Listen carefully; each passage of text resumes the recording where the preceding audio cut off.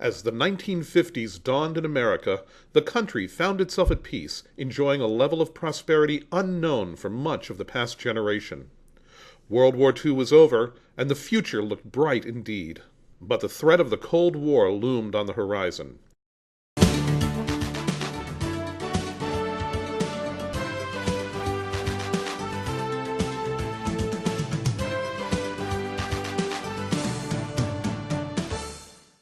In 1950, Senator Joe McCarthy set off a nationwide Red Scare when he claimed to have a list of communist agents working in the U.S. government. Almost instantly, American citizens began seeing communists under every bed and behind every bush, leading to a number of science fiction films like Invasion of the Body Snatchers, I Married a Monster from Outer Space, and Invaders from Mars. America entered the Korean War in 1950, a conflict that lasted until an armistice was signed in 1953. At home, Dwight D. Eisenhower became president in 1952, and rock and roll became the music of a new generation. Elvis Presley began his rise to superstardom in 1956 with the release of Blue Suede Shoes. TV grew rapidly during the decade. In 1950, there were approximately 5.3 million television sets in American homes, a number that exploded to more than 42 million by the end of the decade. In 1957, the USSR launched Sputnik, the world's first orbiting satellite, thus igniting the space race. In that same year, New York lost two beloved baseball teams as the Giants relocated to San Francisco and the Dodgers moved to Los Angeles. To end the decade, America added two new states to its union, Alaska in 1958 and Hawaii in 1959. During this exciting decade, Allied struggled to find its place in a new and expanding marketplace. Wartime manufacturing restrictions had been lifted and people had money to spend, and Allied, as always, was on the cutting edge of innovative technology. 1950 saw the first remote-controlled television, as well as a 7-inch portable set.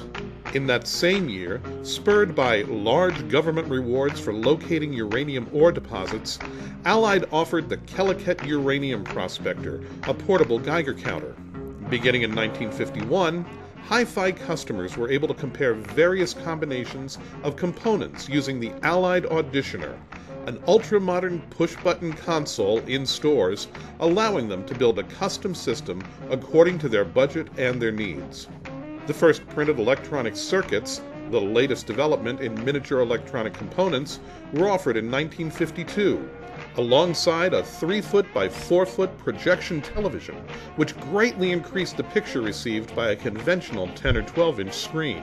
In spite of such advances, however, Allied offered fewer and fewer TV sets as the decade went on, choosing to focus on audio rather than video.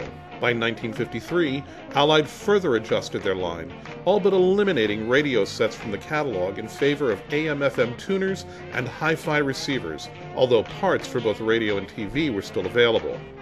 But new advances in video technology were not ignored, as evidenced in 1954 by the introduction of RCA's TV-I, an early closed-circuit television camera promoted for use in industry.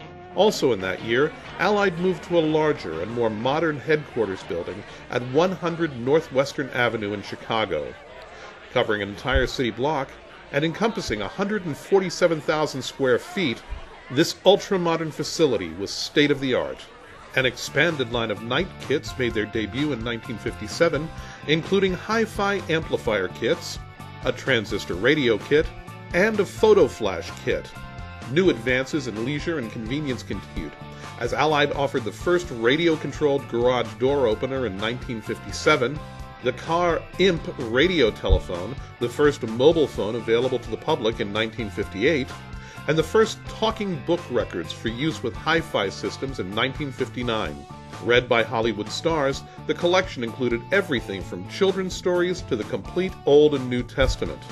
The Allied catalog, which numbered a mere 164 pages in 1929, had grown to a massive 454 pages just 30 years later. It would continue to grow throughout the years to come. As the 1950s came to a close, Allied faced the future, and a decade that would bring about massive changes and new challenges.